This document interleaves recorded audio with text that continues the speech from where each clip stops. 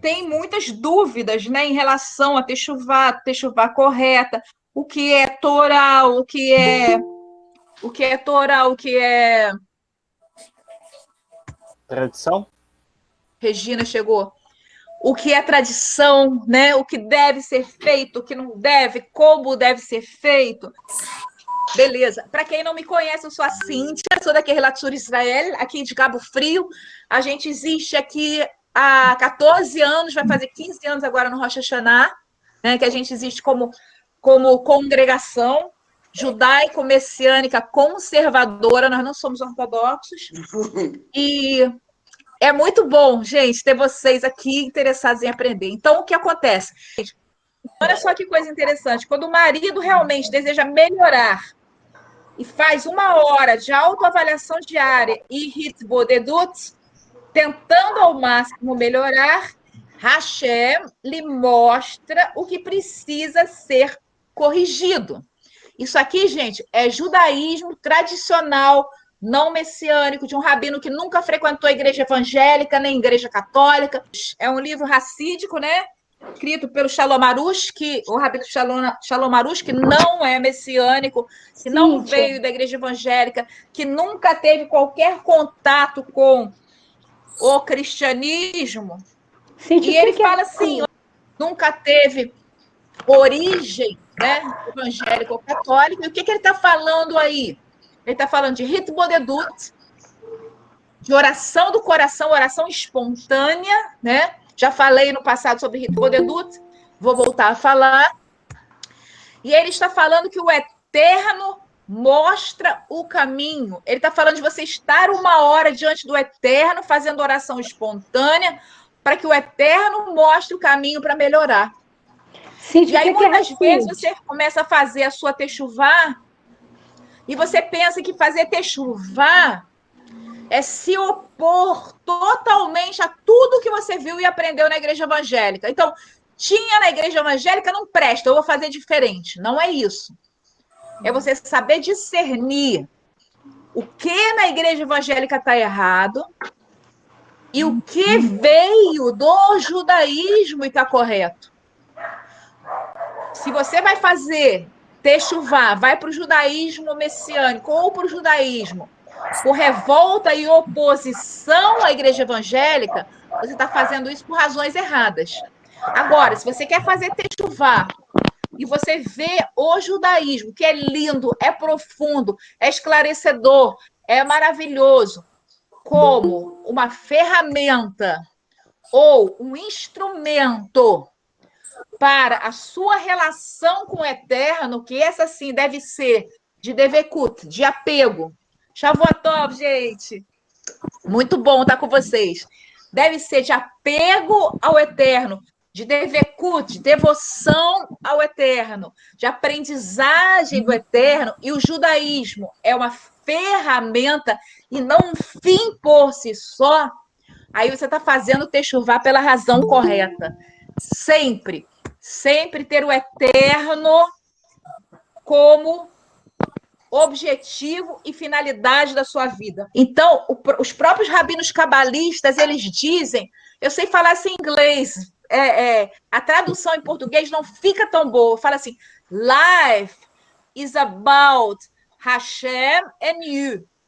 All the rest are mere tools for this relationship. Ou seja, a vida se trata do relacionamento do eterno com você e todo o resto, incluindo todas as pessoas ao seu redor, são ferramentas, instrumentos para elaborar e trabalhar esse relacionamento entre você e o eterno. Quando a gente vai fazer techuvá, a gente tem que ter isso em mente, porque a verdadeira techuvá é como se fosse andar na corda bamba, você não pode cair para um lado, nem cair para o outro. Você tem que procurar fazer as coisas da maneira correta. Você não pode cair no legalismo morto e você também não pode, né? Como o Sadoc tão bem falou, né? Fácil sair da igreja evangélica, difícil é você tirar a igreja evangélica e seus conceitos de dentro de você. Mas eu diria que é algo muito mais fácil quando você estabelece uma relação de diálogo com o eterno, de busca do eterno, de tempo passado com o Eterno, porque aí ele mesmo, a sua Ruach, se encarrega de te mostrar o caminho, como esse rabino, né? Vários de vocês devem conhecer, Shalom Arush, um rabino judaico tradicional, diz, é o próprio Eterno que nos mostra, é ele que vai nos mostrar o caminho, é ele que vai nos ajudar, mas para isso nós precisamos parar, conversar com ele e ouvir dele. Vou tentar compartilhar com vocês aqui a tela.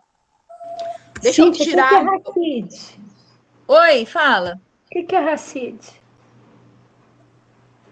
O racidismo, lembra? Você assistiu hoje a aula do Tzadok? Assisti. Da escada, né? Então você tem o quê? O Rachar, depois você tem o Tzadik, depois você tem o Hassid, né? Isso. Rachar, Hassid tem... vem de Hesed, né? Exatamente. É aquele que vive em santidade, em misericórdia, aquele que já não é presa da compulsão ao pecado, entendeu? Ele está acima do tzadik, acima do homem justo. É o Hassid. Entendi. Eu pensei que fosse alguma linha judaica, de alguma coisa nesse sentido, sei lá, linhagem. Tá, entendi agora. Uhum. Deixa eu tentar. Olha aqui, me ajuda aqui. Rachar, Rotê, o pecador, né? Aquele que tenta não pecar, mas pega o tzadik, o Hassid e o Kadosh, a escada para que do chá. Eu vi que as pessoas têm muitas dúvidas, né, em relação a Techuvá, o que fazer, o que não fazer, o que é Torá, o que é tradição. E aí eu compilei esse guia para Techuvá com Mashiach, que tá na internet, está online, né? E até conversei com o Tzadok, porque ele tem a Operação Talmidim, mas aqueles que estão começando a Techuvá e querem ter uma visão mais geral, né, do que é judaísmo, do que se deve praticar, não deve, como em termos de judaísmo, a gente está fazendo esse estudo. A gente estava fazendo estudo do livro dele, mas a gente acabou achando melhor fazer um estudo mais fundamental e mais abrangente para quem está começando ou quem já está fazendo e quer esclarecer algumas dúvidas. Então, se vocês tiverem qualquer pergunta, podem fazer, tá? Eu vou ter muita, se eu souber responder, né? Mas eu estou vendo, tem uns feras aqui, tem o Pedro Salles, tem o time que está aí também. Cada um de nós pode colaborar, Shaul também, cada um de nós pode colaborar com alguma coisa. Então, vamos lá. O que é Techuvá? Eu queria saber quem de vocês aí não veio da igreja evangélica? Alguém de vocês aí não veio da igreja evangélica?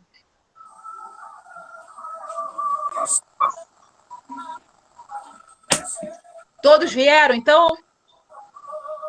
Quem veio da igreja evangélica? Todo mundo, né? Levanta a mão aí, não precisa nem falar. Eu vim. Bom, a maioria como de eu tô nós sem câmera, eu falo evangélica. que eu vim. Né? Então, alguns vieram do catolicismo, passaram pela igreja evangélica e começaram a fazer o caminho da Techuvá. Mas quase que no geral, no Brasil, né, nos Estados Unidos é diferente. Nos Estados Unidos, a maioria são judeus de origem, que conhecem Mashiach e que vão fazer o caminho do judaísmo messiânico, mas a maioria dos brasileiros veio da igreja evangélica, se descobriu descendente, ou o Eterno colocou em contato, né, com o judaísmo de Yeshua por alguma razão. No meu caso, por exemplo, foi uma oração que eu fiz há mais de 30 anos atrás. Eu falei, Eterno, eu sei que a verdade objetiva, total, eu só vou conhecer lá no Olam Rabá. Mas me faz chegar o mais perto possível da verdade. E aí ele jogou o judaísmo messiânico em cima de mim. Eu estava nos Estados Unidos, isso foi em 1998. E eu entrei numa sinagoga messiânica pela primeira vez e eu me senti em casa, finalmente. E dali foi uma longa caminhada, uma caminhada maravilhosa, uma caminhada difícil, sim, mas maravilhosa. E é o que a gente estava conversando. É um caminho sem volta. Você queima os navios porque as cascas caem dos olhos. Mas o que é importante? É importante a gente saber que nós somos resposta a uma promessa do Eterno. Nós somos resposta à promessa do Eterno de trazer dos confins da terra aqueles que eram deles. E vocês sabem que quase 90% dos brasileiros têm algum sangue judaico. Pela toda a história da colonização do Brasil, já coloquei isso nos grupos, né? A gente conhece. E também o judeu tradicional nas sinagogas, todo dia nos serviços dele de Shacharit, ele faz uma oração pedindo ao Eterno que traga de volta os descendentes do povo judeu. E o Eterno responde essa pergunta. Então, nós estamos vendo um avivamento enorme nessa questão de Techuvá. Nós estamos vendo muitos brasileiros se voltando para o judaísmo, se voltando para o judaísmo de Yeshua, se voltando para o judaísmo tradicional também, né? E nós fazemos parte desse movimento. Mas o que é importante a gente ver, tá? O que é fazer Techuvá? O que quer dizer Techuvá? Alguém sabe aí?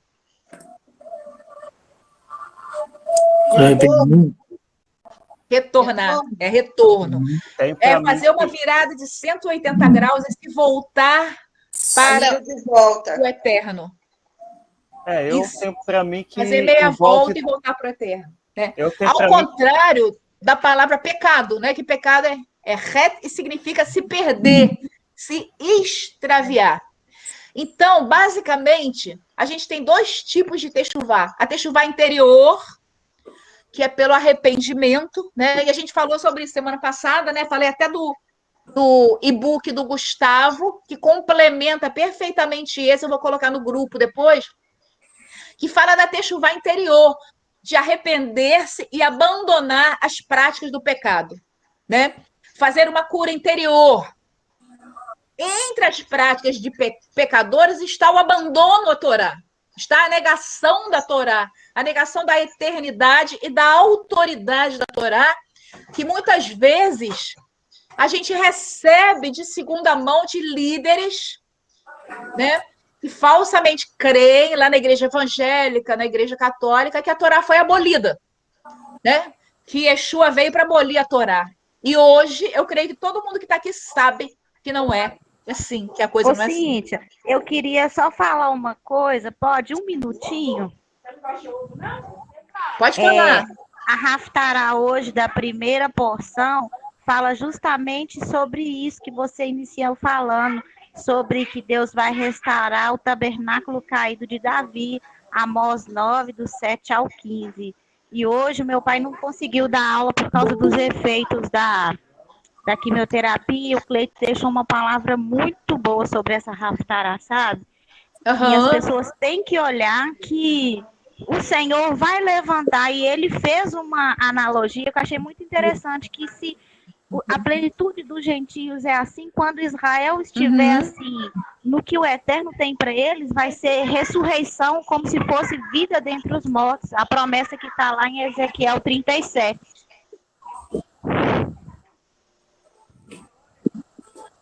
Era só isso mesmo. Carol? Vocês conseguiram ouvir o que eu falei? Não. Para mim, cortou e voltou na plenitude dos gentios. Ah, tá. Então, quando for a plenitude dos gentios, imagina quando o Senhor restaurar o tabernáculo caído de Davi, conforme é prometido em Ezequiel 37, como é prometido em Amós 9, hoje mesmo que a gente estudou. É comparado que vai ver uma vida dentre os mortos também, porque vai ser algo muito especial o que Deus vai fazer quando a nação de Israel fizer essa retorno, essa restauração. Exatamente. Então, gente, é muito importante a gente pensar o seguinte: qual é o objetivo da minha Techuvá? Quem eu quero me tornar? Qual é o meu referencial? Meu referencial é Yeshua e as Querrilot primitivas? Ou o meu referencial é o judeu ortodoxo atual? Porque muitas vezes a gente se perde pelo caminho, porque o judaísmo, ele é colorido, ele é lúdico, ele é alegre, a celebração das festas é linda, as bênçãos são lindas, o serviço é lindo, você canta, dança com a Torá, você abre arca, você fecha a arca, você bota a capa do super-homem, né, o talit, você bota o kippá, você fala em código, numa linguagem especial, você fala em hebraico. E isso, gente, é um prato cheio para o ego. Entendeu? Eu sou especial porque eu sou judeu, porque eu vivo o judaísmo. Quando o próprio judaísmo ele diz que o eterno está onde há humildade. Isso é muito importante a gente manter em mente, que essa nossa caminhada é uma caminhada de humildade diante do eterno. É uma caminhada de amor, porque se em algum momento, durante a nossa caminhada, a gente perder o quesito relacionamento, perder o quesito hitbodedut, oração espontânea com o eterno, que é extremamente judaica. Se a gente perder o quesito comunhão com a Ruach HaKodesh, com o Espírito do Eterno, que é algo extremamente judaico, a gente vai se perder totalmente. Eu estou começando pelo lado ruim, que é, por exemplo, eu estou indicando alguém por um caminho. Eu falo, ó, cuidado, porque ali tem um lobo, ali tem uma ponte que está caindo, ali tem um buraco, e ali normalmente se escondem salteadores. A sua chance de fazer esse caminho com segurança é muito maior. Então, é muito importante a gente se lembrar disso, de não perder a nossa conexão com o eterno, porque existe uma tendência, essa tendência, a gente falou sobre isso semana passada, é uma tendência fisiológica. Todo adolescente começa a brigar com o pai e com a mãe, começa a ficar revoltado, por mais santo que ele seja. Já o Davi, que não via acontecer isso. Espero que não aconteça. Mas por que isso? Isso é uma questão fisiológica para ver uma ruptura do pai e da mãe. Então, muitas vezes, quando a gente rompe com a igreja evangélica, rompe com as nossas origens religiosas, espirituais, a gente vai para o outro extremo, que é o extremo de abominar tudo que diz respeito à igreja evangélica, que é o extremo de criticar tudo que diz respeito à igreja evangélica. E aí a gente se perde, porque a gente tira o foco do eterno e passa a colocar por oposição o foco na igreja evangélica. E aquilo que a igreja evangélica herdou com justiça e com adequação do judaísmo, que é o relacionamento com o eterno, que é a oração, que é a entrega de coração ao eterno, a gente acaba perdendo. Eu vi pessoas que fizeram uma textura. Pode falar, fala, Saulo. Eu quero só contribuir com a Amada e ratificar isso que você está falando, porque houve um tempo que parece que judeu restaurado tinha que ter pedigree. E se sabe de um extremo para o outro, buscando uma outra identidade, uma identidade judaica que destoava com o caminho. Se nós somos frutos do caminho, do sacrifício de Yeshua e de uma recondução da Torá através do nosso Mashiach, nós precisamos entender a contribuição dos rabinos e do judaísmo. Mas nós precisamos entender que Yeshua ele veio e ele é a Torá viva. Portanto, o padrão e a pedra de espuma, essa pedra angular, esse modelo é o dele.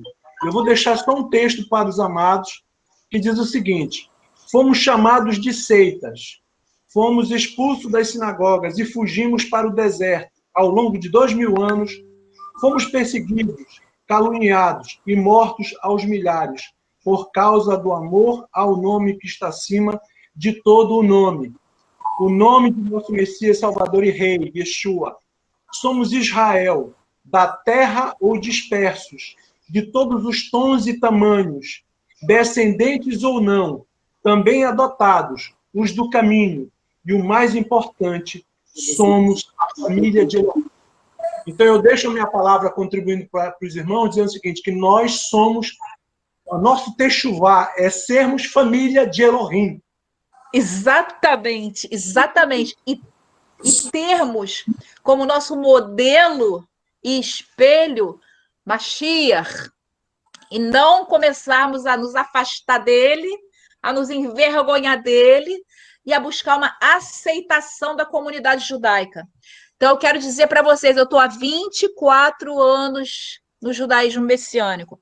Não espere ser aceito pela comunidade judaica tradicional, porque você não vai ser. Nunca. Queira ser aprovado pelo Eterno. É isso que nós devemos buscar. Só isso. Entendeu? Porque é para ele, por ele, que são todas as coisas. Então, qual não é o objetivo da Techuvá? O verdadeiro objetivo da Techuvá é se voltar para o Eterno de forma mais completa, mais intensa, e não para homens ou para religiões. Isso é muito importante, gente. Durante toda a nossa caminhada, a gente ter isso em mente, tá? E não se perder e começar a idolatrar o judaísmo. Ao longo desses 24 anos, eu vi várias pessoas entrarem por esse caminho e o resultado é triste. Só mudam os personagens, o enredo é o mesmo. Começa a se encantar com o judaísmo, começa a idolatrar o judaísmo, começa a buscar orientação na ortodoxia sem Mashiach. Nós temos hoje em dia orientadores, mestres maravilhosos. Tem o Tzadok Ben-Derer, tem a Yeshiva lá do Shapiro, né? Do Rav Shapiro. Nós não precisamos buscar orientadores ortodoxos que não creem em Yeshua Mashiach, porque isso vai trazer peso, vai trazer afastamento, vai trazer divergência. É como se fosse uma lavagem cerebral que é feita na pessoa, porque existe um fator espiritual nisso. Então, eu tenho visto líderes de sinagoga que começam a se envolver e buscar como meta o judaísmo tradicional, serem aceitos pelo judaísmo tradicional. Começam a diminuir Yeshua, depois abdicam de Yeshua como Messias e acabam não acreditando em mais nada. As congregações se desfazem e a pessoa vai para o mundão mesmo. Tem um conhecido meu que eu vi brincando carnaval vestido de demônio, vestido de diabo, sem acreditar em mais nada. Uma pessoa que era consagrada, começou a seguir um rabino de turbante ortodoxo, então acabou assim, divorciado da mulher, pobre, e principalmente pobre espiritualmente. Então, que nós possamos manter em mente que o nosso objetivo, na verdade, é nos voltar ao eterno de maneira mais completa e mais profunda. Essa é a nossa meta. Esse é o nosso objetivo. Shalom, Renato, que bom que você está aí. Renato, olha, a aula passada, ele foi assim de uma contribuição profunda em relação a isso, essa reflexão sobre o motivo da nossa techuvá, tá? Então, o que acontece? Estou de volta, gente, acabei de entrar. Beleza. Vocês são todos muito bem-vindos. Eu estou muito feliz, tem 20 pessoas aqui. Gente, estou muito feliz. O próprio judaísmo nos diz que o conhecimento pelo conhecimento puro e simples não nos leva ao caminho do eterno, mas que ele deve ser regado e guiado pela Ruach HaKodesh, o Espírito Santo. Quem conhece aí um pouquinho do misticismo judaico, né? Até quando eu fiz o estudo sobre quem é Yeshua, né? Estava lá, Kabbalah e Yeshua. Existe o diagrama da árvore da vida. Alguns de vocês estão familiarizados com isso. Então, a gente tem Keter, tem Hormá e Biná. Eu falei sobre Biná ontem à noite. Biná é o discernimento, é você saber separar uma coisa da outra, separar o santo do profano. E Hormá é a sabedoria inspirada pelo Eterno. Aquela sabedoria lá de Provérbios, do elogio à sabedoria, a palavra hebraica é Hormá. Não é a sabedoria bom senso humano, né? Porque às vezes a gente fala assim, esse cara é muito sábio, né? Ele tem bom senso, ele sabe fazer boas decisões, ele tem inteligência emocional. Não é essa. A sabedoria da Bíblia é a sabedoria que conta com a inspiração da Ruach HaKodesh, do Espírito Santo. Então você tem Hormá e Biná, que é a sabedoria e o discernimento, a capacidade de separar o santo do profano, o certo do errado, uma coisa da outra. E aí, todas as sefirot são interligadas por caminhos. Existe uma sefirá, que é separada das outras, que fica atrás, assim, na lateral esquerda. E essa é Da'at. E o judaísmo diz o seguinte, que Da'at é o conhecimento, o puro conhecimento. Conhecimento intelectual, o armazenar conhecimento na mente. Por exemplo, eu sei a Torá toda de cor. E esse Da'at, os nossos sábios dizem que pode ser algo extremamente positivo, se for usado em conjunto com Hormá e Biná, ou seja, com a inspiração e o guiar do Espírito Santo, ou pode ser algo extremamente negativo, se for usado de forma dissociada de Hormá e Biná, ou seja, dissociada da sabedoria que vem do Eterno. Então, é muito importante a gente lembrar disso, porque muitas vezes o muito saber, o muito conhecer, incha a cabeça, incha o peito, incha o ego e nos faz andar por caminhos terríveis, caminhos de morte, né? Aquilo que está escrito lá em Provérbios. Há caminhos que parecem bem ao homem, mas cujo fim são caminhos de morte. Então, é muito importante a gente se lembrar, dependência do Eterno, clamar a Ele por Hormá, clamar a Ele pela sabedoria inspirada por Ele, para a gente fazer essa caminhada de Techuvá, para que não seja um mero inflar de conhecimento, que vai nos levar à morte espiritual, tá?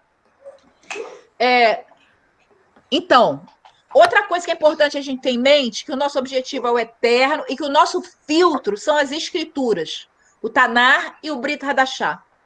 Se não bater com as Escrituras, principalmente com a Torá, esquece, sai fora, tá?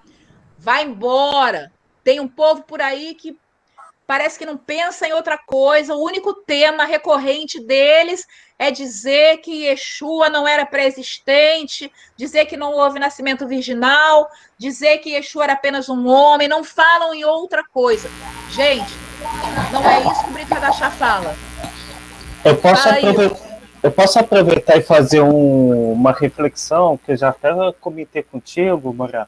Pode, com certeza. Tá. É que é o seguinte, eu lembro que lá no passado, quando eu comecei a escutar alguns shirôs falando sobre a questão do nascimento de Yeshua não ter sido virginal, ter sido uma concepção natural, e que Yeshua, como Mashiach, ele deveria ter se casado, deveria ter filhos e tudo mais, eu guardava comigo o seguinte, se a Brit Hadashah errou ao colocar isso, ao manter isso, não é um erro como a troca de uma letra ou uma soma errada, ou o número de 47 para 37.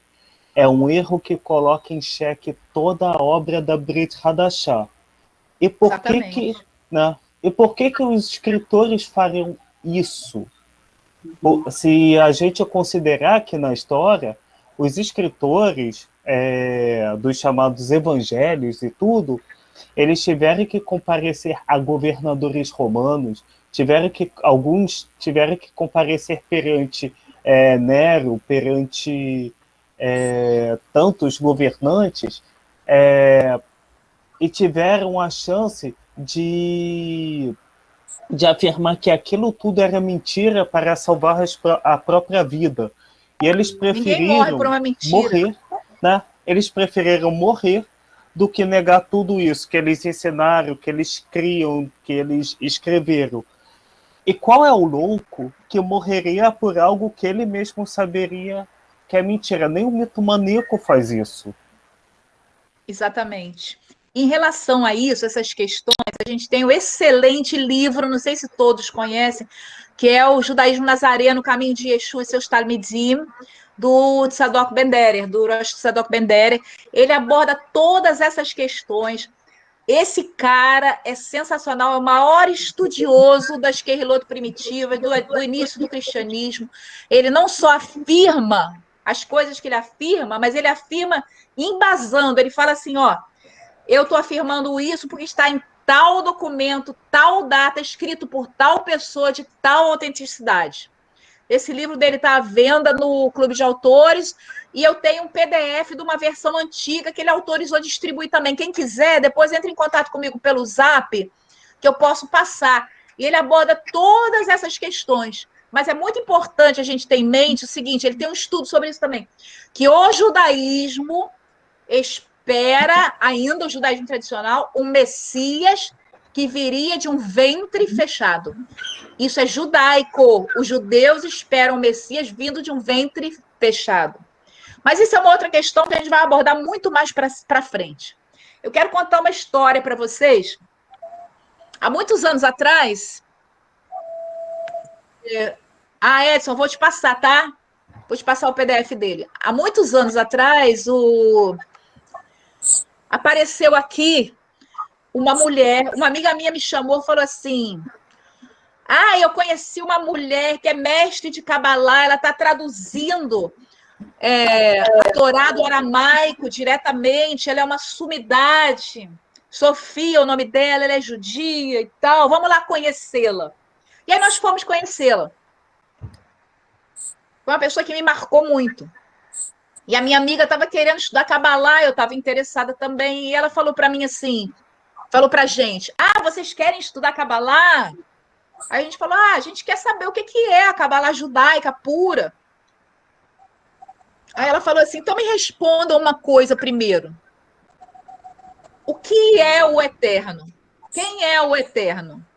E aí começou, né, o pessoal querer mostrar conhecimento. O Eterno é o Ein Sof, é sem começo, sem fim, é o ilimitado. Ela falou assim, não. O Eterno é amor, verdade e justiça. E qualquer caminho espiritual que vocês queiram fazer tem que ser fundamentado, embasado em amor, verdade e justiça, porque senão é um caminho vão. Essa mulher nunca ensinou Cabalá para gente. Ela ensinou Torá para gente. Ela ensinou Tanar, ela ensinou Brit Hadashah para gente. Ela foi, assim, uma bênção na nossa vida, até que ela se mudou para Miguel Pereira e depois eu perdi contato com ela. A gente tem que ter muito em mente isso. Qualquer caminho de techuvá que a gente fizer, se a gente não se preocupar antes de qualquer coisa em ser amor, verdade e justiça, a gente está fundamentando o nosso caminho em fundamentos podres, casa construída sobre areia. Isso é muito importante, gente. Esse deve ser o nosso foco. Hoje o Tzadok fez um estudo maravilhoso sobre santidade, eu recomendo a todos que assistam. Foi sensacional falando sobre isso também. Então, vamos lá. Mas existem os detalhes. As pessoas me perguntam muito assim, como eu celebro o Shabat? O que eu posso fazer no Shabat? Não posso? Como é que são as festas? Quais são os livros importantes do judaísmo? Como é a tradição judaica? Então, eu elaborei esse guia, a gente vai ver isso. A gente vai ver Shabat, o que deve fazer, o que não deve, o que é Torá, o que é tradição, como começar o Shabat, como acabar, como celebrar as festas.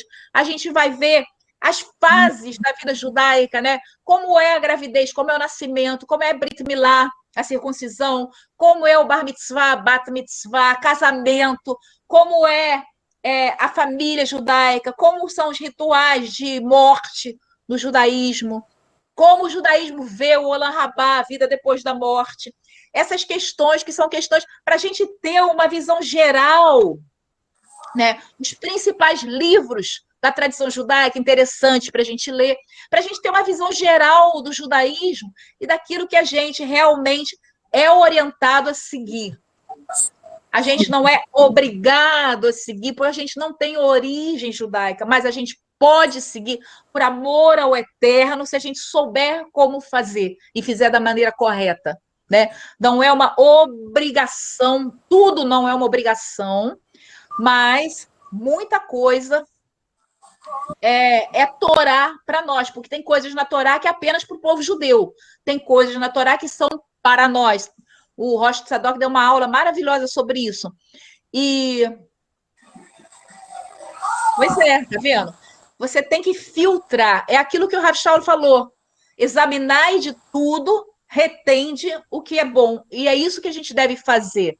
A gente não deve ter a mente fechada, mas a gente deve filtrar tudo.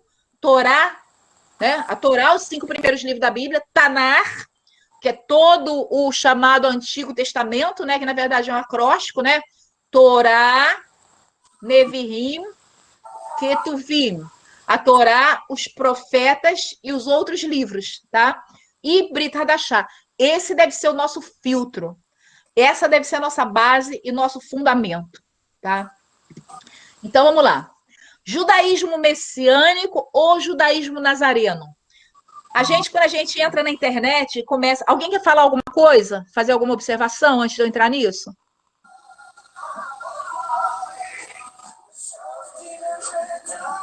Eu estou vendo aqui... Oi, fala. Fala alto, por favor, porque o...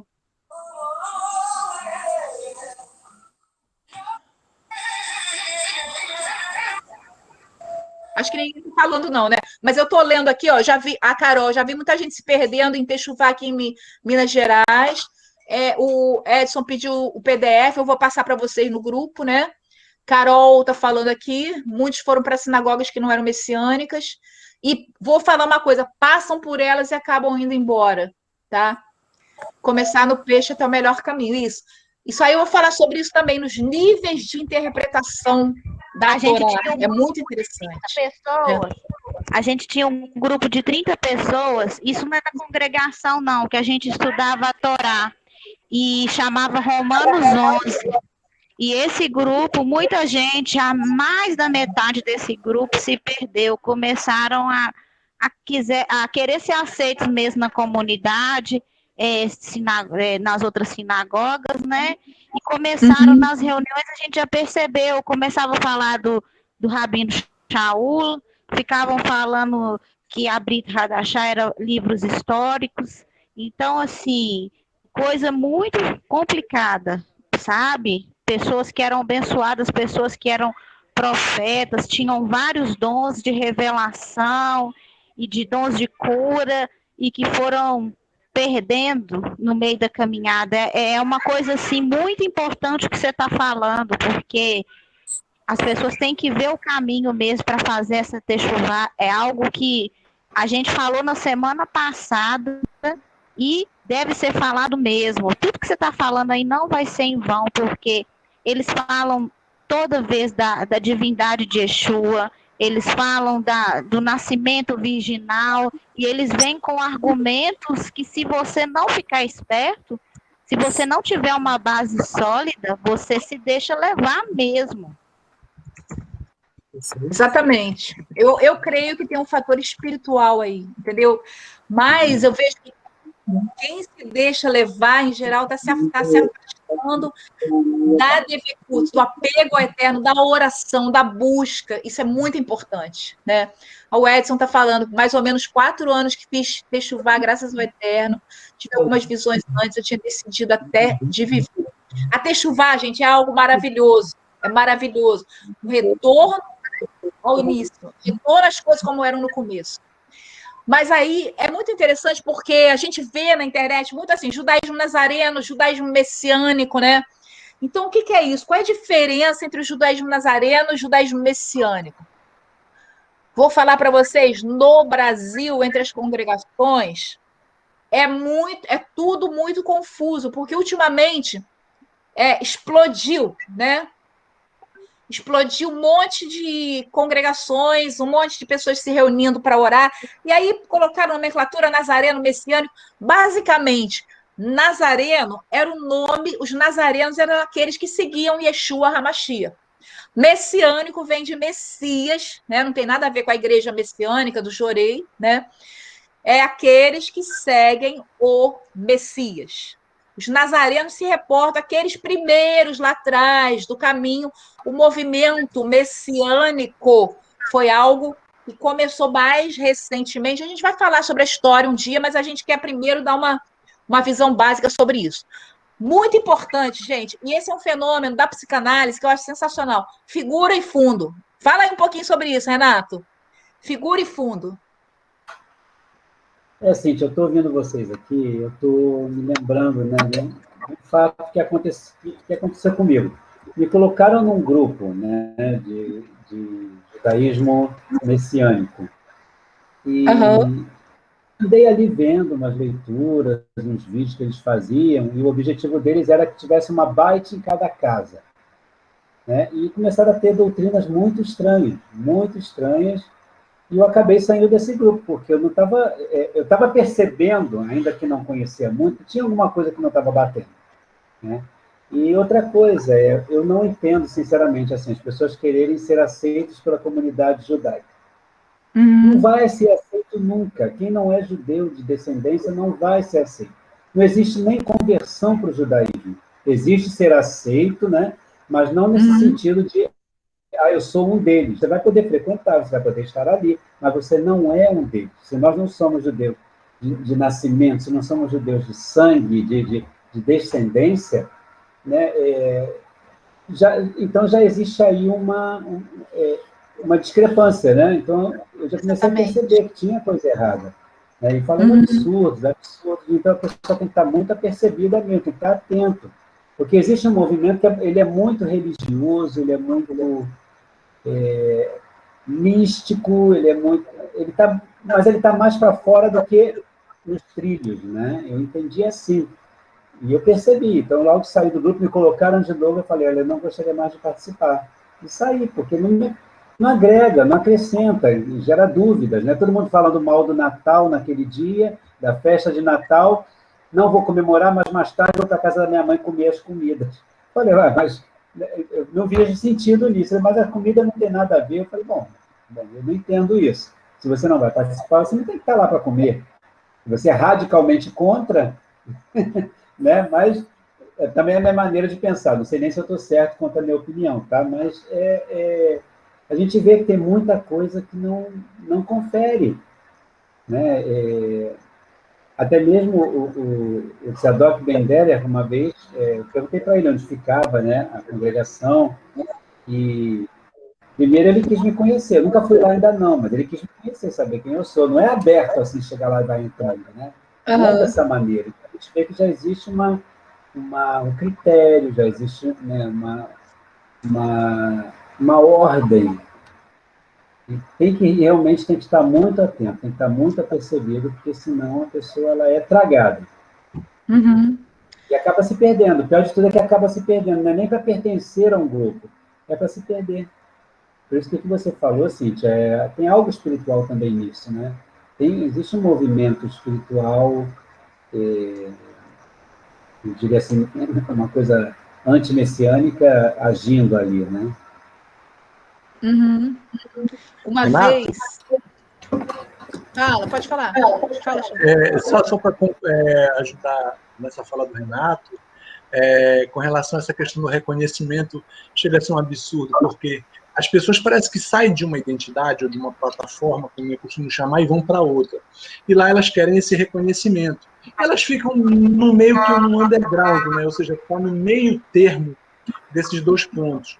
É aquela história que eu falei inicialmente sobre o tal do pedigree judaico. A pessoa quer ter um pedigree judaico, e isso não existe. Tá aí, quer ter um bom pedigree judaico? Vai ler Isaías 56, e tu vais ter mais do que um pedigree judaico, tu vais ter um reconhecimento do Eterno que te dará nome mais elevado que os filhos e filhas de Israel.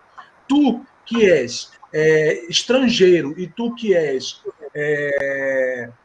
que te chama de aquela expressão de árvore seca, né? Só a gente lê lá em Isaías 56, olha, não digas tu que eu não te aceitarei, porque eu te aceitarei. Então tu terás um nome, serás lembrado na coluna do meu Elohim, tu receberás o teu nome na coluna dele, serás mais homenageado, terás mais honra do que filhos e filhas de Israel. O próprio Shaul também fala sobre essa elevada posição que todos aqueles que reconhecem o Mashiach, que são absorvidos por Israel e que simplesmente não precisam desse pedigree judaico, gente. A gente tem o Mashiach. Eles não enxergaram o Mashiach. Com todo respeito a todos os professores de Torá que fazem referência aos nossos antepassados e nobres professores como Rambam, Rashi, que são grandes contribuintes para o estudo da Torá. Eu digo para os amados irmãos, estes não viram o Mashiach, não receberam o Mashiach e não tiveram vista para eles.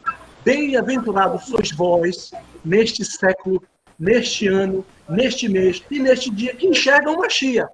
Bendito seja ele, na sua vida e na minha vida. Exatamente, é muito importante isso, muito importante. E aí entra essa questão também da figura e fundo. Se a congregação onde você estiver colocando foco no judaísmo e não foco no eterno. Eu me lembro uma vez, há muito tempo atrás, a nossa congregação teve essa tendência, a gente ficava estudando, e aí veio o rabino Judá Benheim, de Israel, que é um rabino, ele foi formado pela Netivia, lá do rabino Shulam, né? E ele veio para cá e ele perguntou para a gente assim, o que vocês querem ser? Vocês querem ser uma casa de estudos voltada para vocês mesmos ou vocês querem ser luz para o mundo? E aí todo mundo respondeu, nós queremos ser luz para o mundo. E ele falou assim, então vocês estão indo pelo caminho errado, não é por aí. É estudo e prática focado no eterno, tendo o judaísmo como ferramenta. Mas isso muitas vezes acontece por uma falta de compreensão, principalmente no Brasil, do que seja o judaísmo religioso. Isso a gente vai ver agora. Judaísmo ortodoxo, conservador ou reformista. Posso falar antes? Ele abordou uma questão muito, muito importante, entendeu? Porque os próprios reformistas, eles são discriminados pelos ortodoxos. Então, vamos lá. Posso falar só uma coisa antes? Fala. Shalom, Fala. desculpa interromper. Assim, eu queria pegar um gancho do Shaul, da comunidade israelita do caminho. Gostei do nome, gostei, bastante significativo. A gente tem que colocar primeiro a seguinte questão. A gente quer aceitação de quem? Da comunidade judaica ou do Eterno? Exatamente, essa é a questão. Onde está o nosso foco? Essa é a questão. Porque o próprio Yeshua, quando ele ouviu... Assim, hoje eu medito naquele texto da Brit Hadashah, quando aquele homem italiano, aquele homem romano, centurião, que não conhecia, que não era da linhagem de Israel, era um goim, disse, Ravi, eu não sou digno de que entres debaixo do meu telhado, apenas diga uma palavra e meu criado vai sarar. Eu fico imaginando que, assim, Eliseu teve que se debruçar 7 vezes em cima do filho da Sunamita. O rei de Israel teve que atirar o arco uma vez ao longe e feriu 3 vezes. Aí a gente vê vários sinais que o outro fazia 3 vezes, 7 vezes. Gibeon pediu 2 sinais, um que o algodão ficasse seco e em volta ficasse molhado, depois no dia seguinte o algodão ficasse molhado e em volta seco, enquanto aquele homem que não era da linhagem de Israel disse assim, eu só quero uma palavra, nada mais. E que Yeshua pegou e disse, nem Israel encontrei tanta fé, ele pronunciou uma coisa que entra em contexto agora. Naquele dia, virão do Oriente e do Ocidente muita gente a se assentar à mesa com Abraham, Isaac e Yaakov, enquanto os filhos do reino serão lançados nas trevas exteriores, onde haverá choro, pranto e ranger de dentes. Eu entendo que esses filhos do reino que se refere são aqueles que fazem todo mundo buscar aceitação deles. Eles são os verdadeiros, vamos dizer assim, os fiscais de santidade, aqueles que dizem o que é santo e o que não é santo, como você tem que ser, como você não tem que ser, e na verdade estão sendo reprovados pelo Eterno. Exatamente. Agora, deixa eu fazer uma pergunta para vocês. Quando vocês pensam num judeu, em judaísmo, qual é a imagem mental que vocês formam? Que tipo físico vocês veem? Sou suspeito a responder essa pergunta, porque eu já li parte do Guia Techuvá, então não vou responder. Vocês não pensam numa pessoa normal, vestida normal, certo? para você, o arquétipo do judeu, do judaísmo, do judeu religioso, é aquele ortodoxo, com aquela yarmulka, com chapéu, terno preto, né? Talit katan.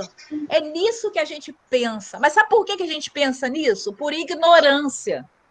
Porque judaísmo não é isso. A gente que chega no judaísmo no Brasil tem como referencial, porque a gente tem pouco contato com o judaísmo religioso tradicional, a gente tem por referencial o judeu ortodoxo, porque é o que está nos filmes, entendeu? É o que aparece mais, é o que se diferencia mais. Mas o que acontece é o seguinte: judeus ortodoxos são apenas 15% de todos os judeus religiosos, não de todos os judeus religiosos. Então, muitas vezes, por ignorância, a gente toma como referencial os judeus ortodoxos, que, a meu ver, não são um referencial aconselhável. Por quê? A gente vai ver por quê. Vamos ver a diferença? Olha como é que é o judaísmo ortodoxo. Olha só, o judaísmo ortodoxo se caracteriza pela observação rigorosa dos costumes e rituais em sua forma mais primitiva e tradicional, segundo as regras estabelecidas pela Torá e pelo Talmud. O judaísmo ortodoxo é aquele que acredita no colocar cercas em volta das leis, e cercas em volta das cercas que estão em volta das leis, e cercas em volta das cercas que estão em volta das cercas que estão em volta das leis, e mais cercas que estão em volta das cercas que estão em volta das cercas, em volta das... Bom, eu podia continuar falando para sempre aqui. Um exemplo disso é a questão do que está na Torá: não cozinharás o cabrito no leite da mãe, que se transformou em toda uma parafernália prática em Israel. Exatamente, Edson. Parafernália prática em Israel, que faz com que as famílias ortodoxas tenham 2 geladeiras, 2 esgotos, 2 jogos de talheres, 2 jogos de prato, muitas vezes 2 cozinhas, né? Por exemplo, quando eu estive em Israel, eu morei em Israel durante um mês. Eu morei num hospital. Um dia eu conto essa história para vocês. Então, era assim: de manhã você comia uma refeição que tinha leite, mas era vegetariana, com pratos laranja.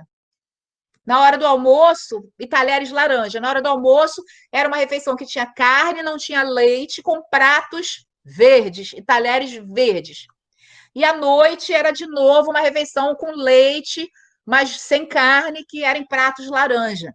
Tudo separado, pias separadas, partes separadas da cozinha. Isso por causa do versículo que fala: não cozinharás o cabrito no leite da mãe. Esse é um exemplo explícito. Tem vários outros, né? Vários outros. A questão, por exemplo, da nidá, em que a mulher, quando está nidá, quando está menstruada, no período da menstruação, ela se muda de quarto, né? Vai para outro quarto, que o marido não pode nem tocá-la, né? Isso tem base na Torá, mas também é uma cerca em volta da cerca. E tem outros que a gente vai ver depois. Então, o judaísmo ortodoxo é isso. E ele tem 2 vertentes, o judaísmo ortodoxo: uma moderna e uma ultra-ortodoxa. Tá? Defende os hábitos tradicionais, posições religiosas e políticas radicais, como não reconhecer sinagoga e rabino não ortodoxos, são extremamente separatistas, inclusive alguns são antisionistas. Eu já falei aqui sobre a série da Netflix chamada Shtisel. Alguém conseguiu ver? Conseguiu, Igor? Você ia ver? Você está super preocupado agora, né? Consegui, mas é muito não, interessante. eu acabei esquecendo. Assiste, porque é muito interessante. Como Qual o nome se mesmo? você quiser saber como é a ortodoxia em Israel, é aquilo mesmo, tá? É aquilo mesmo. Então, eu já vi os ultra-ortodoxos em Israel, que eles chegam a enfrentar até a polícia, eles não reconhecem nem a autoridade policial. eles não reconhecem o Estado de Israel. Alguns ultra-ortodoxos, não são todos, tá? Então, o que eles pensam? A Torá e suas leis são divinas e foram transmitidas pelo Eterno a Moshe, são eternas e inalteráveis. Ok, a gente pensa isso também, né? Embora a gente saiba que algumas leis relacionadas ao sacerdócio, ao templo, não são mais aplicadas porque não tem mais templo, né? Não existe mais templo. Exatamente, Edson. Mashiach condenou veementemente. O que ele falou? Vocês colocam pesos pesados demais para carregar. Vocês andam até o inferno para fazer um prosélito e tornam 2 vezes mais pecador que vocês. Então, essa observação mega rigorosa, existe um próprio ditado do judaísmo que fala o seguinte: se apertar demais, escorre entre os dedos. E muitas vezes, dentro da ortodoxia, que nós vemos os piores problemas familiares, muito adultério, muito problema, exatamente por causa dessa rigidez demasiada. Exatamente. Aí, o que acontece? Há uma lei oral, aí entra a coisa, uma lei oral que contém a interpretação oficial das seções legais da Torá escrita e também é divina em virtude de ser sido transmitida por Deus a Moshe, juntamente com a lei escrita, como incluído no Talmud, Midrash e vários textos relacionados. A gente vai ver depois o que é Talmud, o que é Midrash, tá? Enfim, são textos tradicionais. Então, o ortodoxo, ele acredita que existe uma lei escrita e uma lei oral, que são todas aquelas tradições, as cercas, etc., e que ambas têm o mesmo peso, tá? E aí, na verdade, as 613 mitzvot, que na verdade não são mais porque essas mitzvot, você excluiu as mitzvot relacionadas ao templo, elas se transformam em mais de 2.000 mandamentos, talvez até mais, é mandamento para tudo. E é um peso, é uma opressão, porque a pessoa tem que se lembrar e tem que cumprir com aquilo tudo. Um livro muito interessante que fala sobre isso é o Shulchan Aruch. Ele fala até como você deve cuspir no chão durante o serviço na sinagoga.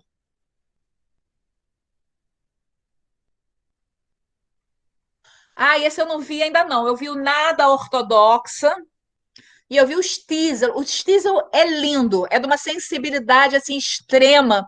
E ele mostra muito bem a alma judaica. O que eu recomendo é o Shtisel, para você ver, entendeu? Inclusive, as estratégias que eles usam para contornar a Torá sem desobedecer a Torá. Shtisel, assim, eu recomendo, são 3 temporadas, é sensacional. 3 temporadas curtas, é sensacional. Então, o que acontece? Existe esse peso todo em cima das pessoas, principalmente em cima da mulher. Homens e mulheres ficam separados do serviço do qual a mulher não participa. O papel da mulher é principalmente o de mãe, não aceita, a maioria dos ortodoxos não aceita a contracepção, e cuidadora do lar. Inclusive, a maioria é contra a mulher estudar, tá? E a mulher tem que ter filho. Para ela, o maior orgulho é ter filhos. Isso aí eu não vou comentar mais, mas é uma coisa muito, muito problemática. Eu estudei esse assunto, a realidade, li vários livros sobre isso, é muito problemático. Por quê? Exatamente por causa do extremo rigor. Então, por exemplo, lá em Israel, eu passei por um problema, tinha uns garotinhos ortodoxos, assim, estava a uma distância de uns 30 metros meu, eu tirei uma foto de longe, eles correram para cima de mim e começaram a cuspir em mim. Crianças. Então, eles vivem debaixo de estresse, de tensão e são ensinados a julgar e execrar tudo aquilo que não seja eles, só eles estão certos. Inclusive, os judeus conservadores e reformistas, principalmente os reformistas, tá? Então, ficam separados na sinagoga, mulher e homem vestem-se de forma diferente, exatamente. Com extrema discrição, homens andam de terno, chapéu, mulheres de saias longas e blusas de manga comprida. Mulheres casadas devem cobrir os cabelos, e aí algumas correntes usam isso aqui, tá? Eu cobri por uma questão de praticidade, tá? A gente não adota isso porque nós somos conservadores. A gente aqui é da liberdade. Quem quer usar, usa. Quem não quer usar, não usa. A pessoa tem sim que se vestir com discrição, né? Depois eu vou falar sobre isso também. As mulheres casadas, então, o que acontece? Algumas colocam lenços, cobrem os cabelos e outras perucas. E aquelas que são da corrente, que usam lenço, elas falam que as que colocam perucas, a primeira coisa que vai acontecer quando elas morrerem é o Eterno tacar fogo nelas, a começar pelas perucas, elas vão queimar todas pelas perucas. Surreal, entendeu? E aí nós temos o judaísmo conservador ou conservativo, que também é chamado de judaísmo massorti ou judaísmo histórico.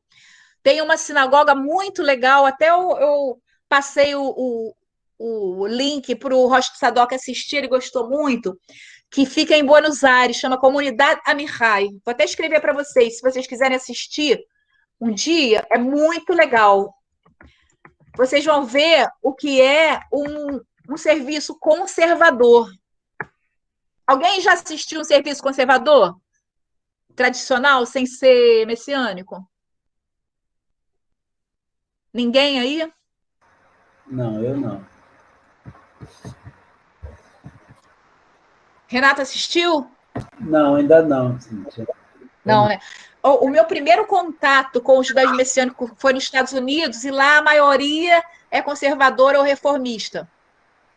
Mas é interessante, porque é muito legal, é muito acolhedor, não tem tanto essa coisa da discriminação. Mas eu vou falar sobre isso depois também. Então, o que acontece? É o segundo maior dos movimentos judaicos no mundo, eles obedecem a Torá e Talmud, mas são flexíveis em relação a tempos e circunstâncias, são considerados tradicionais, sem fundamentalismo. Então, a gente segue a Torá, né? A gente segue o Tanar, o Brit Hadashah, a gente crê que foi divinamente inspirado, crê que a gente deve seguir, mas a gente acredita que existem determinadas coisas que foram mudadas. Por exemplo, ninguém vai querer apedrejar um homossexual, pelo amor de Deus, né? Ninguém vai querer apedrejar um mau filho, apedrejar um adúltero. Até os rabinos de linha conservadora, eles falam o seguinte, que a palavra apedrejar em hebraico na Torá, agora não me lembro, é a mesma palavra que lapidar. Então, onde você lê apedrejar, você lê lapidar, ou seja, é necessário tomar uma providência imediata de techuvá total, de mudança. Né? Quais são os princípios? Fala. Em espanhol, Cíntia, é lapidar que se fala, não é apedrejar, por exemplo. A mulher adúltera, né? Ela... Ali fala que ela seria lapidada. Né? O termo que tá vendo? É muito interessante. Não é apedreada, deveria ser. Existe a palavra apedreada, mas não se usa nesse caso. A aplicação da lei é lapidar. Entendi. Então, gente, se você acha que para você fazer techuvá, sua única opção é ortodoxia, eu quero falar para você que não. Existe vida judaica religiosa além da ortodoxia. A ortodoxia tem coisas lindas, e entre o conservador e o ortodoxo tem várias nuances também, né? Tem várias nuances. Então, vamos lá. Princípios do judaísmo conservador. Unidade do povo judeu, fortalecendo os laços entre judeus onde quer que vivam. Centralidade da sinagoga na vida do povo judeu. É aquele local onde a comunidade judaica se reúne. Estudo da Torá no sentido mais amplo. Transmissão dos seus princípios de geração em geração. Uma prática judaica comprometida com a Torá, mas ao mesmo tempo refletindo o amor pela tradição e abraçando a modernidade e os aspectos positivos da mudança. Como isso se traduz? Por exemplo, nessa sinagoga, por exemplo, que às vezes eu assisto, na música.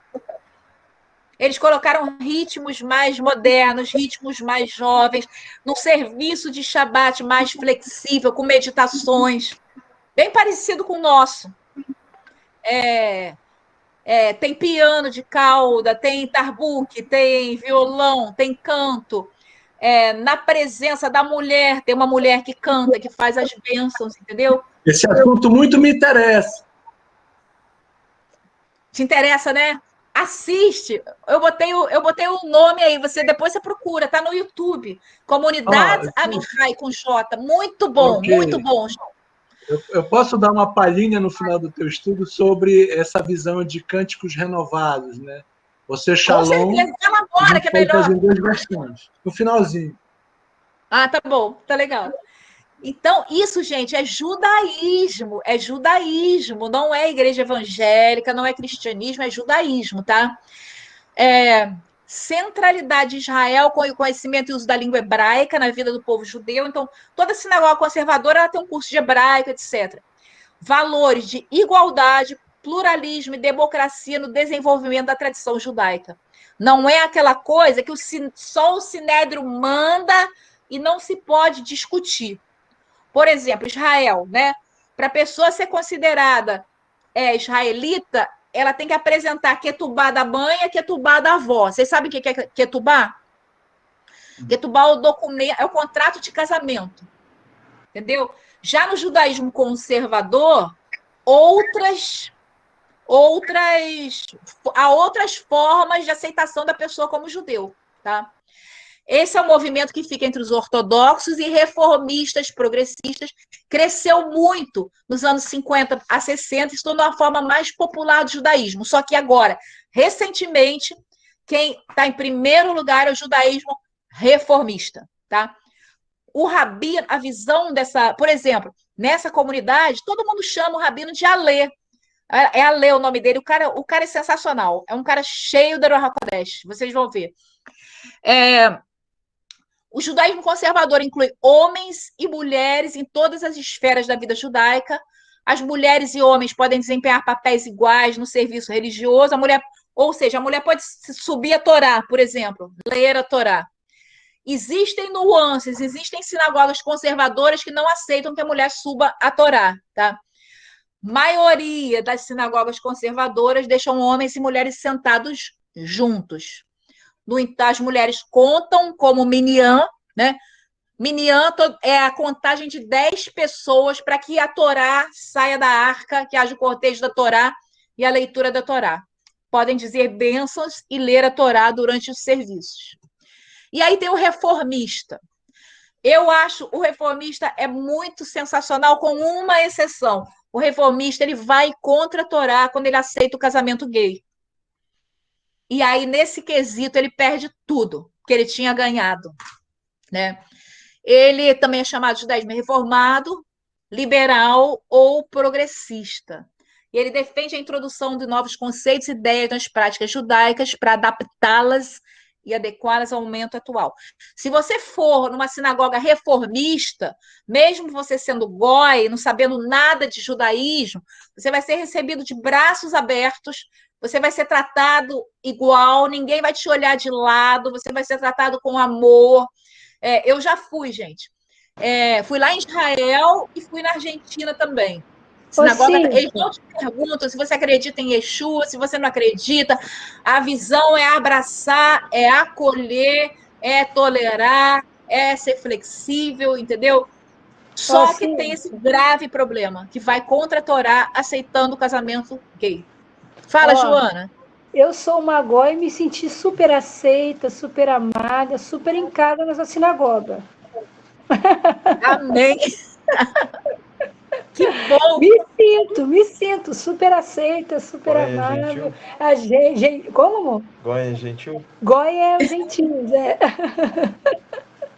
Exatamente. E eu acho que é por aí, né? Uma vez me falaram assim, não, porque nós temos que ter uma identidade, falando de roupa, falando de maneira de vestir. E eu falo assim, a nossa identidade é a identidade definida por Yeshua. O que Yeshua falou? Nisso conhecerão que sois meus discípulos, em que vos ameis uns aos outros. Essa tem que ser a nossa principal identidade. Tem que ser o amor real, o amor prático de um pelo outro. Essa tem que ser. E não a maneira como você se veste, se você bota saião, se você bota terno. É óbvio que tem que ter decência, né? Discrição. É óbvio que você não vai para a sinagoga de qualquer jeito, é óbvio que você não vai se vestir de forma indecente, mas a nossa identidade tem que ser o amor. Fala, Shaul, que você ia falar sobre as músicas. Não, essa visão de judaísmo reformista que tem a perda nesses pontos tão abertos, eu posso dizer que a nossa comunidade, a nossa pequena Havorá, ela é reformista sem sair da Torá. Então, nós não saímos da Torá, mas essa visão, digamos, de abertura, de amar as pessoas, de trazer esse conforto da aceitação, independentemente da posição delas, e jamais julgar a salvação que eu vejo muito recorrente dentro das comunidades israelitas, esse ano nas arenas, todo mundo sai condenando todo mundo e dizendo que só lá tem a salvação e está tudo certo. E não é. Exatamente. Com relação às músicas, eu acho que é uma estratégia muito interessante e confortante a questão dessa roupagem de música. O que eu ia mostrar, na verdade, por exemplo, tem uma música tradicional que nós conhecemos, que é Você Shalom Biramá, Uyase Shalom Aleinu, Ve'akol Israel. Todos conhecem essa música. Eu aprendi com uma comunidade lá nos Estados Unidos a cantar desse jeito, assim, ó. Você Shalom viram mar, Uyase Shalom Aleinu. Você Shalom viram mar, Uyase Shalom Aleinu. Você Shalom viram mar, Uyase Shalom Aleinu. Yase Shalom, Yase Shalom, Shalom Aleinu, Beata Israel. Yase Shalom, Yase Shalom, Shalom Aleinu, Beata Israel.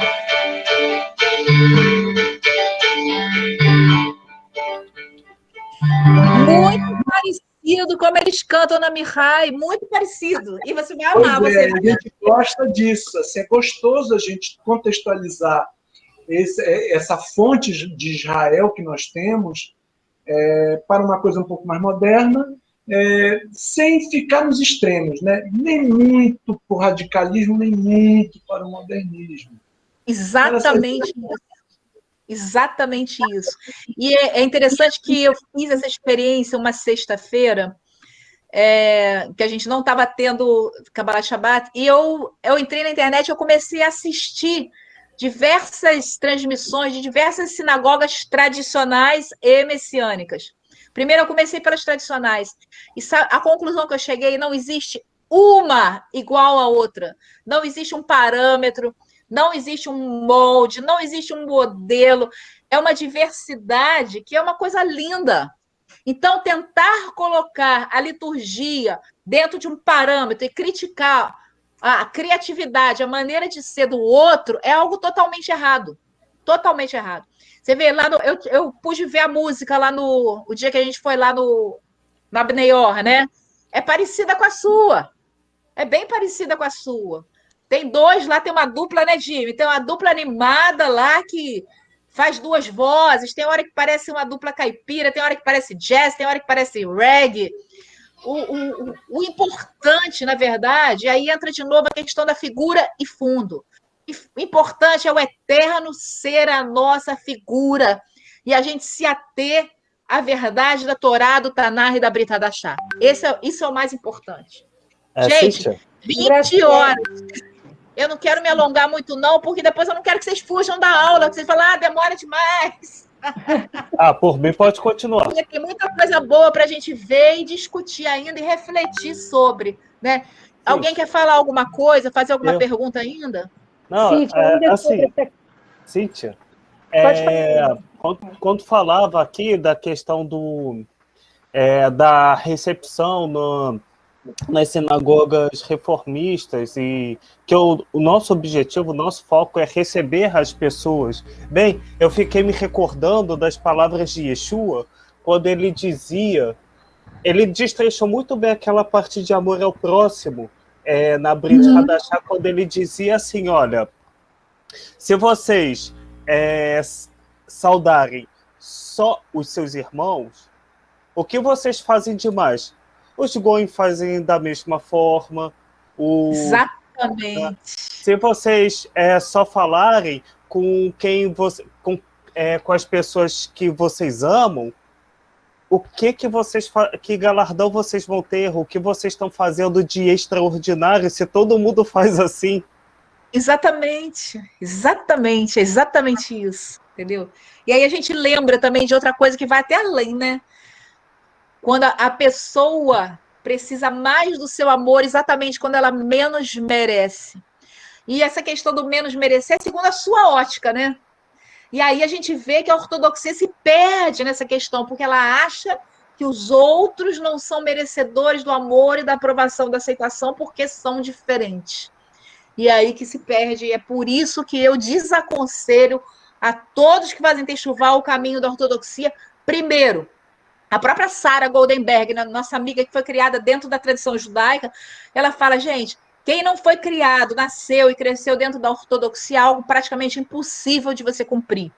Segundo, existem conceitos que vão exatamente contra aquilo que Yeshua falou. Porque Yeshua ele foi duro, foi com quem? Foi com aqueles que colocavam pesos pesados demais de suportar sobre os prosélitos. Né? Essa é a realidade. Quer falar alguma coisa, Renato, para terminar? Não, eu estou aqui encantado com tudo que nós aprendemos hoje, né? Assim, está me abrindo muitos horizontes, né? Está indo muito de encontro ao que eu gostaria de ouvir, que eu gostaria de aprender, as minhas expectativas. Né? Obrigado mais uma vez. Pena que hoje eu me atrasei, mas procurarei não me atrasar mais. Eu queria falar um pouquinho, Cíntia. Fala, Joana. Sobre essa nossa experiência, né? Está sendo algo bem novo para a gente.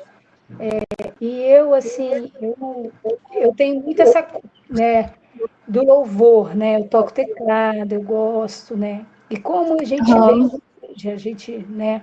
Nós somos pastores, né? Você sabe, para quem não sabe.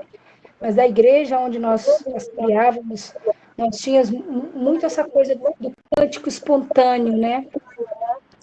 Bíblico, lógico, bíblico, mas muito espontâneo. Então, isso era uma coisa que às vezes eu ficava assim, um pouco até preocupada. Falava, vai, amor. Né? Às vezes a gente via o serviço do pessoal do Ensinando de Sião, um serviço mais ortodoxo, mas não é ortodoxo não, desculpa, litúrgico, é um serviço bem litúrgico, né? Tem louvor, tudo e tal, mas é bem litúrgico. Lógico, eu gosto muito ali também, eu acompanho eles, eu gosto muito do pessoal do Ensinando de Sião. Mas aí eu comecei a ver ele nessa sinagoga, eu falo sempre pro príncipe, eu falo, amor, eu sinto que o Jair, ele tem aquela coisa dele ouvir a voz de Deus na hora do louvor, sabe? Aquela coisa da canção do coração. Assim como tem a oração do coração, né? Eu tenho uma opinião minha de que os salmos eram canções do coração, né? A gente vê que salmos, às vezes a gente vê algumas orações, né? Tem até um louvor antigo na igreja cristã que é aquele salmo de Joana, isso é profundamente judaico. Pesquisa Nigunim. Nigonim, escreve aí para mim no coisa, para mim poder anotar. Já escrevi aí, ó. Né? Inclusive, Jair estava cantando uma música sábado, que é uma música que é Apocalipse 4:8, que diz: Ele é santo, santo, aquele que era, aquele que é, aquele que há de vir. É uma canção que eu amo muito, né? E eu falei, amor, essa canção é aquela canção do Antônio Cirilo, só que ele cantando um ritmozinho, né? Um pouco mais diferente. Mas, assim, eu acho assim, isso me preocupava muito. E eu ouvindo isso hoje, eu me sinto liberta, né? Porque eu tenho muito essa canção, né? Eu sou de louvor desde 14 anos na igreja. Então, assim, eu acho que a canção do coração é a expressão do nosso coração para Deus, ela é importantíssima, né? Com certeza. Isso tem que estar envolvido nos nossos cultos. Eu vivo isso na minha casa com os meus filhos, nas nossas devocionais. Né? Às vezes eu ligo o teclado, é o tempo que a gente canta, que a gente ora, que a gente lê salmos. E quantas vezes Deus até dá canções para a gente dentro disso, né? Então, fiquei muito feliz de saber que a gente tem essa liberdade, né? E aproveitar aqui e pedir oração, que eu não estou bem, né? Pedir oração para os irmãos. Estou com muita dor, diarreia, dor de cabeça. Talvez, acho que amanhã eu vou lá fazer um exame para ver se eu estou, né, com Covid de novo. Não sei, Cíntia. Eterno, abençoa a Joana agora e toca na vida dela, traz a tua cura, no nome de Yeshua HaMashiach. Amém, Senhor. Amém. Amém, amém, amém. Eu quero só corroborar a palavra do Renato e da Joana. É um prazer imenso estar aqui. Quero agradecer o Jimmy, que me deu esse presente de conhecer vocês. Eu estou aqui em Belém do Pará, um pouquinho distante, mas eu estou com um coração aqui de alegria, cheio de louvor e adoração pela vida de Aleluia. vocês e pelo que vocês Amém. estão construindo nesse país. Que vocês sempre estarão no meu coração. E hoje foi só o primeiro dia. Me aguentem. Amém. Vai ser muito bom, gente. Porque vocês acrescentam muito, gente. Muito. Amém. Muito Amém. mesmo. Cíntia, É uma alegria estar com vocês. Cíntia, tá me ouvindo? Fala, Jimmy. Tá conseguindo me ouvir direitinho? Tá, aham. Só quero falar algo breve em relação, né, à ortodoxia. Semana passada, um amigo meu me chegou, Jimmy, tu se lembra de fulano de tal? Eu falei, lembro, o que que tem? Então, negou Yeshua. Eu falei, sério? Ele, sim. Aí, eu falei, quem te falou? Ah, tô falando de tal. Ih, rapaz, esse rapaz também é discípulo dele, que está seguindo pelo mesmo caminho. Gente, é o seguinte, judaísmo, como você falou, é muito bonito, é muito bacana, é 10, é 12, só que tem coisas que tem ali dentro, na ortodoxia, que para quem crê em Yeshua, é inaceitável aceitar aquilo. Então, as pessoas, a princípio, aceitam isso para ter um documento, uma formação, um papel na parede, dizendo que é judeu ou foi aceito pela comunidade. Só que aquilo vai entrando no seu coração e você acaba na Yeshua com o passar do tempo. Então, assim como a Cíntia falou, os irmãos aqui falaram, não procurem quem não aceita Yeshua. Pode ser 10, pode ser maneiro, pode ser tudo. Aquilo dali é uma capa para te fisgar. Quando você estiver lá dentro, Yeshua, não Messias não Messias não. Muita coisa ele não fez. Aí a pessoa não vai saber contrapor os argumentos, que são muitos e pesados, realmente. Brit Hadashah é de Roma. Não presta, não. Show Messias, falta muita coisa para. Falta muita coisa para ele fazer. Não, é verdade. Não é não. 2 voltas, isso aí é coisa de Roma. Aí com o tempo, o veneno vai entrando, e a pessoa nega tudo sem perceber. Tudo por querer um papel ou um tapinha nas costas. Querer trocar o nosso Messias por um papel ou um tapinha nas costas não vale a pena. Só isso que eu queria falar nesse momento. Essa foi uma palavra de fogo. Exatamente. Muito importante a gente manter isso em mente. Porque o inimigo, existe um espírito do anti-messias, né? Que trabalha. Infelizmente trabalha. Né? Cíntia, só lembrei aqui de uma situação. Não vou falar o nome desse rabino, não. Aqui no Brasil tem um rabino muito famoso. Ele é maneiro, é brother, ele é irmão. Já vi muitos crentes seguindo ele, dando like, compartilhando. Eu fico só vendo. Rapaz, os crentes tá tudo ali. Ele é maneiro, é irmão. Todo mundo é irmão. Só que, quando eu vejo falar de Yeshua, não, é judeu, é brother. Mas o Novo Testamento tem erro, tá aqui. É tão maneiro, você fica até... Poxa, o cara é tão legal, né? Deve ser 10. Mas que dali é só para te fisgar. E quando você está lá dentro, porque já teve uma pessoa aqui da comunidade que começou a se embeirar por esse rabino aí, hoje não está mais aqui. Eu nem sei se crê mais em Yeshua. Sumiu. De uma vez que eu tive contato com ele, eu estava saindo do trabalho. Falei, fulano, mas você tá, não sei o que lá, sei o que. Tá bom, amém. Então, o rapaz estava aqui conosco, começou a se enveredar com esse rabino, que você já deve saber que eu não vou falar o nome, não. E aí, sumiu. Teve um Gente, grupo grande da BTY também que deixou de acreditar em Yeshua por causa dele. Começou a seguir. não se iludam por palavras acolhedoras, por carinho, por amizade. Não se engane por isso. Eu conheci milhares, assista também, de pessoas, milhares, pessoas que eu convivi, que negaram firmemente, e nega mesmo, né? Esse papinho não vai negar, vai. Pode demorar 1 ano, 2 anos. Esse rapaz que eu fiquei sabendo demorou uns 4 anos, mas negou. Viu até uma apóstata que me falaram, que viu até um anti-missionário e tudo. Por quê? Ouvidinho só da ortodoxia, dos caras que negam Yeshua, não é legal, é maneiro, é Shabbat, é legal, vai. Quando você menos esperar, ó, a cobra vai estar no teu pescoço. Quando você dá por si, não tem mais volta. Agora, tem uma tomem questão cuidado.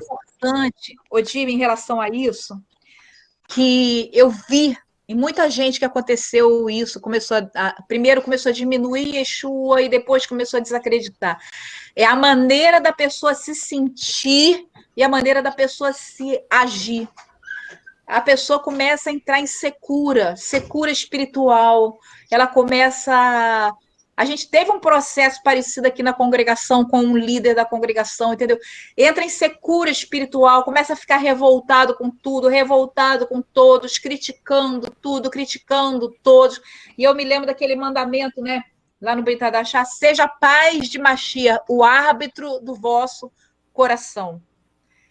É muito importante a gente estar ligado nisso, e principalmente a gente vê, porque é pelos frutos que se conhece.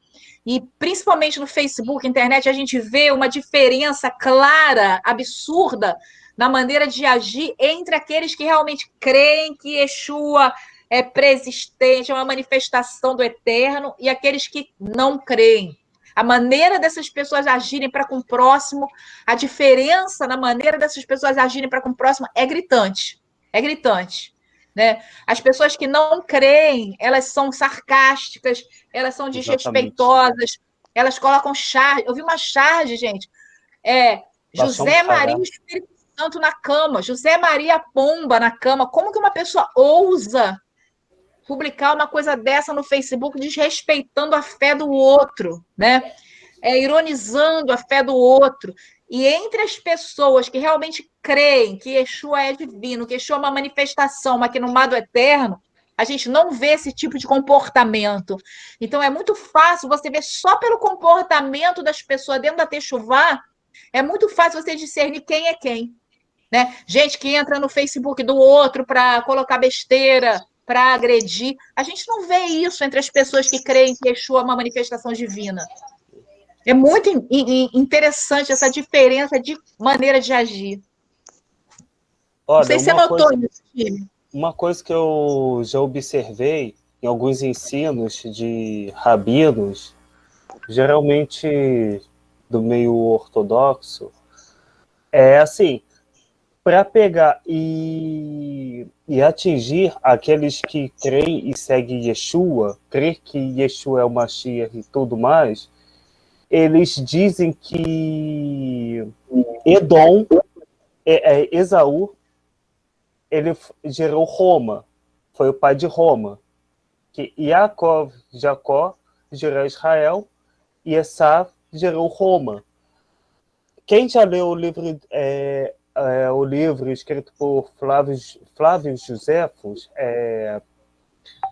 Yosef ben Matatiahu, quem já leu, estudou um pouco dessa história dos povos antigos e tudo, sabe que é inviável isso ter acontecido. É impossível, né? Porque a nação gerada por Esaú vivia no território que seria hoje o sudoeste da Jordânia, mas foram expulsos de lá pelos nabateus, por descendentes ismaelitas, e acabaram se misturando às tribos judias ao sul de Israel, ao sul do Negev, e provavelmente sofreram a diáspora junto com os judeus.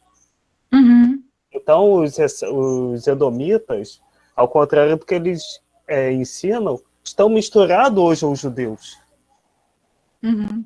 Mas você entende? Isso é um exemplo perfeito de figura e fundo. Essa é uma discussão periférica.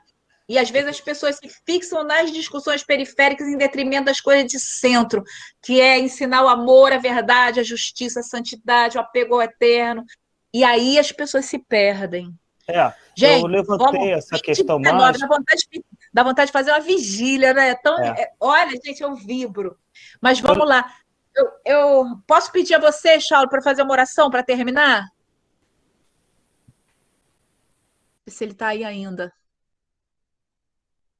Tô Não, sim. tá. Faz uma oração aí para terminar, por favor. Amém.